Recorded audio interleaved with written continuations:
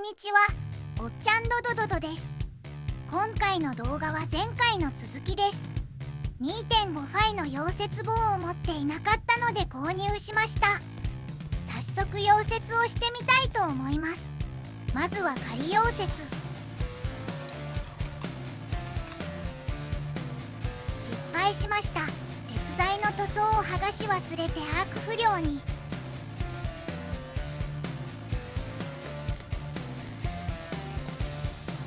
裏側も強度を上げるために溶接します。眩しい光に注意してください。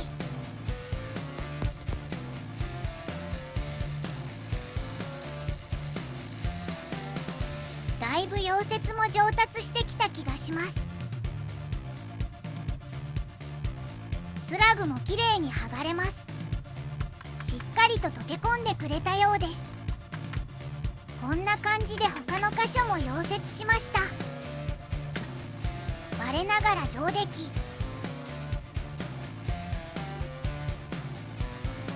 土台は一旦置いておいて、次はフレームを固定するためにエンジンハンガーボルトを利用するので、ボルトの位置関係を改めてチェックします。外装パーツを外したらボルトがよく見えるので、今のうちに確認。M10 のボルトで3箇所固定されています。おっちゃん大好きな段ボールを利用して角度や位置関係を把握してみたいと思います。位置関係を見てみるだけなので大雑把な感じで作っていきます。いつもの段ボール工作な感じです。角度的にこんな感じでしょうか。実際の鉄材もこんな感じで簡単に作れればなとふと思うおっちゃんでした。大体の角度が決まったのでガムテープで仮止めします。良い感じ。型紙をもとに鋼材を切り出し、高さは良いようです。フレームを修正するときにここの箇所は横にプレッシャーがかかるのでしっかりとした感じに溶接する必要があります。フレームと固定するためにエンジンマウント箇所は強固な作りにしなければ。鋼材の長さを何回も正確に測定しています。数ミリずれると穴の位置が変わるためです。グラインダーでも切断できますが、やはり高速切断機の方が正確に切断できて便利でした。それにしても切断砥石が削れてだいぶ小さくなってます。まだまだ使えそうですが、今回は何個も鋼材を細かく切断したので切断砥石の減りが早かった感じがします。この作業は2本の H 鋼をつなぐための穴を開けているところです。あらかじめ 12mm の穴を開けていた L 型アングルをドリルガイドとして使用しています。 H 鋼に8箇所穴を開けないといけないんですが、同じ間隔で穴を開けないと長いネジロッドが通らなくなります。実はこれドリルがかなり加熱して焼き付きそうだったので、何回かに分けてドリルを休めながら穴を開けました。ドリルビットの焼き付きを防ぐために切削油もこまめに注油。お気づきの方もいるかもしれませんが、実はドリルを買ってしまいました。いつもの Amazon のセールの誘惑に負けました。と言いますか、激安ドリルも頑張ってはくれてたんですが、一瞬煙が出てしまったので壊れる前にと思い切って買ってみました。振動ドリルのタイプです。鉄の切削能力が 13mm ということだったので購入してみました。やはりドリル作業はドリルスタンドが使いやすいです。揺れずに垂直に穴が開けれるのでドリルビットにも優しい感じです。しかしこのドリルスタンドは激安ドリルスタンドなので精度的には良くないです。時間ができたら精度をアップする改造をしてみても良いかもしれません。買い替えた方が時間の節約にもなりそうな気もしますが。できました。無事に貫通しました。M12 のボルトは太いなと思いましたが、実実際につけてみるとちょっと細い感じが。やはり M16 のボルトの方が耐久性がありそうです。ここしか使いどころはないですが、 16mm のドリルビットを購入。軸も太いです。果たしてドリルが切削に耐えてくれるかどうか。 16mm のドリルビットが長すぎるので、ドリルスタンドは H 鋼に直接固定しました。別の作業をする時でも H 鋼は取り付けやすくて良いですね。作業の幅が広がりそうです。それでは 16mm の穴開け作業開始。ドリルが焼き付かないように慎重に穴を開けます。回転も遅めで押し当てるドリルも少し弱めに、切削油も少し多めに流しています。激安ドリルスタンドの精度が悪いので、ブレた時にドリルに負担がかかっています。やはり切削面積が増えると抵抗が大きくなるようで、ちょっとしたことでドリルの回転が止まってしまい、ドリルが焼き付くんじゃないかと心配でドキドキ。今回の8箇所の穴開けはドリルが壊れることもなく無事に終了しました。振動でカメラがブレてます。穴が大きいので切削した鉄くずも多めでした。地域のゴミ出しルールに従って処分しましょう。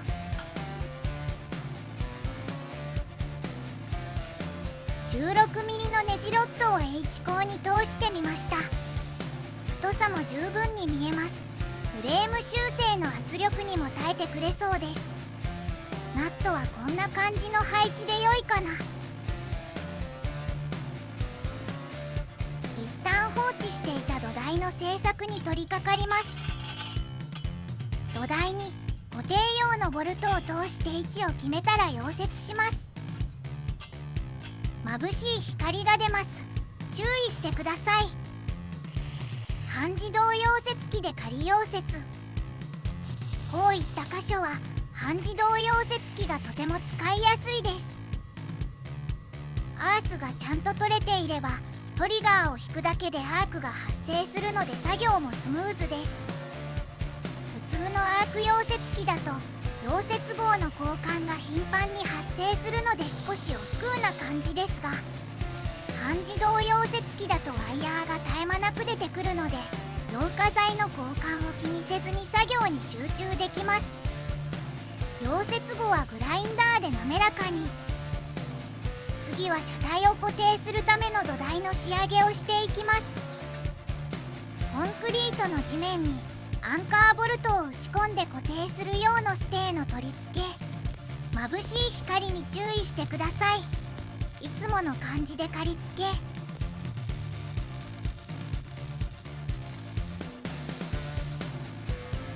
仮付けが済んだら本溶接。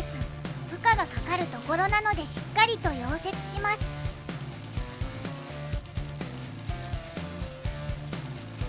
こんな感じで残りの足にもステーを溶接します。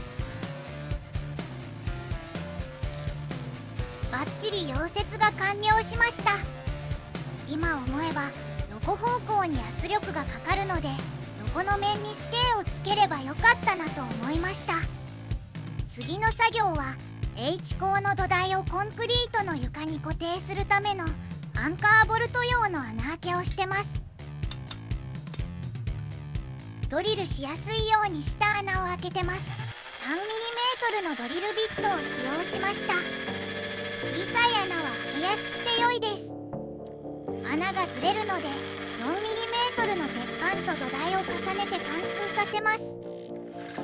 3mm の穴を貫通させたら 12mm で一気に穴を開けます。土台用の M12 のアンカーボルトはこんな感じ。長さは 100mm。 鉄板にも 12mm の穴を開けたので試しにアンカーボルトをつけてみました。どうやらうまく穴が開いたようです。土台と鉄板にアンカーボルトが貫通してます。誤差もなかったようで微調整もしなくて済みました。上出来。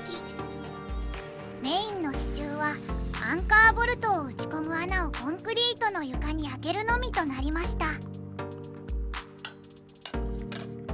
次次は大事なパーツ、エンジンハンガーボルトの箇所でフレームを固定する重要なパーツの製作です。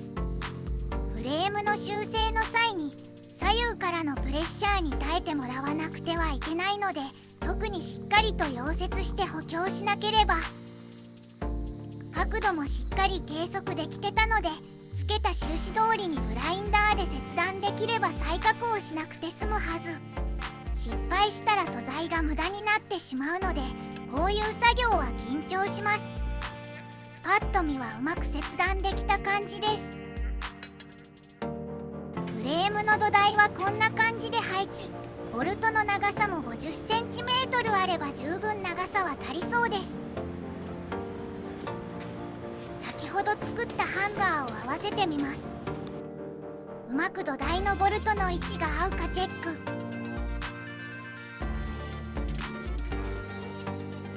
良い感じに見えます。ボルトの位置も問題はなさそうです。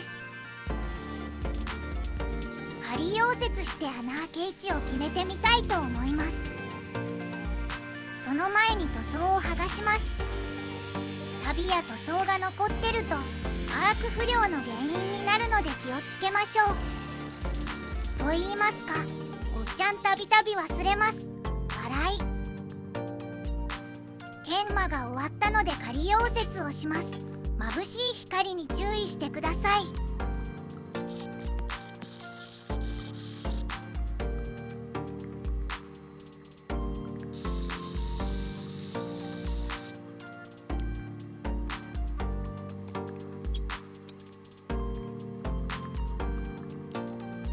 何回か本体と位置合わせを繰り返しながら 10mm の穴を開けてみました。3箇所の穴を開けたので本溶接前の最終チェック。すんなりネジロッドが通ってくれました。穴の位置はここで良さそうです。もう片側も同じような感じにして作ってみたいと思います。上手にできたので修正する手間が省けました。半自動溶接機で溶接箇所が多いのでこういう箇所は便利です。 0.8mm のワイヤーから 1.0mm のワイヤーに交換して作業しています。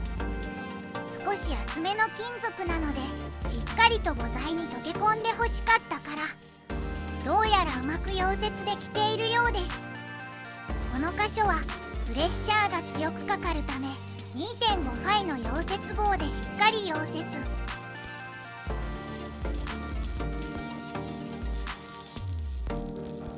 うまくなってきたかな。たまにならなくなっただけでもいいとします。片方は完成しました。もう片方は半自動で、いえ決して溶接棒の交換が面倒くさくなったわけではなく、笑い。半自動溶接機でもしっかり溶け込んで溶接はしっかりできている感じでした。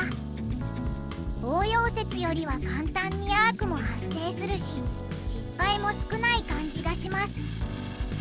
とはいえおっちゃんは溶接の素人なのでいろいろと間違っていたらごめんなさい。しっかり補強溶接もしてフレームの土台溶接は完了しました。あとは車庫内にアンカーを打ち込んで固定すればフレーム修正の準備は完了です。長くなったので今回の動画はここまで。次回修正作業に入ります。ご視聴ありがとうございました。